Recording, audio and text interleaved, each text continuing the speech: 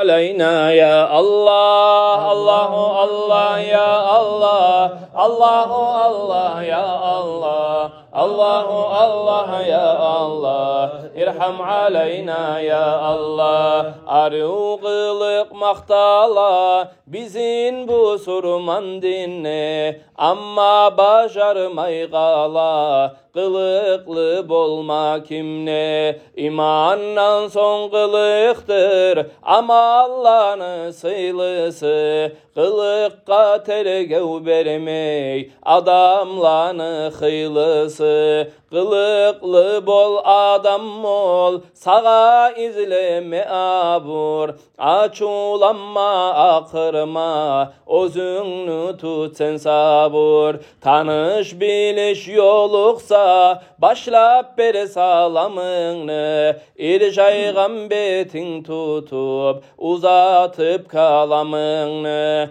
Az söyle köp söyleme, tüz söyle yalgan ayma, sağa zaral bulsa da bergen sözünden ayma.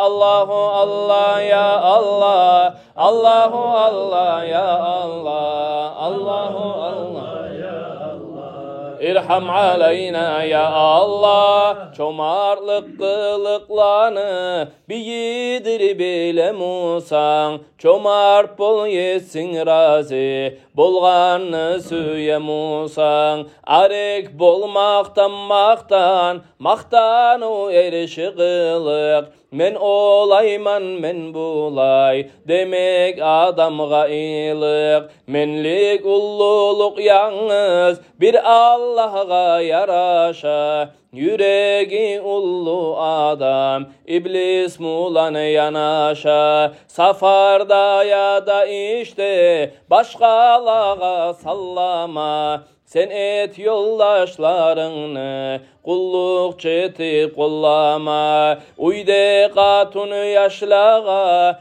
korku göle giderme, hattan özü boş bolup başına da minirme. Kişini sögüp söylep ayttı kuytu yürütme, senne yok mu ayıplar başkalarım ulan bilme. Allahu Allah ya Allah, Allahu Allah ya Allah, Allahu Allah ya Allah.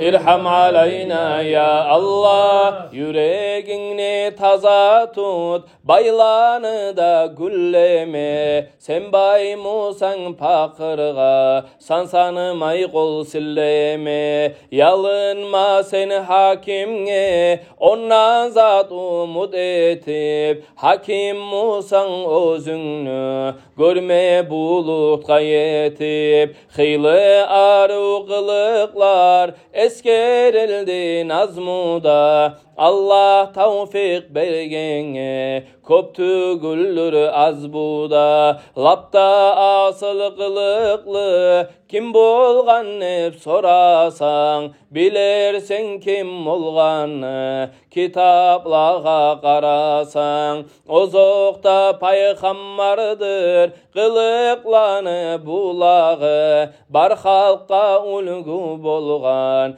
hiç bolmagan yolağı. Onu kılıklarından kast eteyik pay alma, Allah diley biz senin rahmundan arek salma. Allahu Allah ya Allah, Allahu Allah ya Allah, Allahu Allah ya Allah. İrham aleyna ya Allah.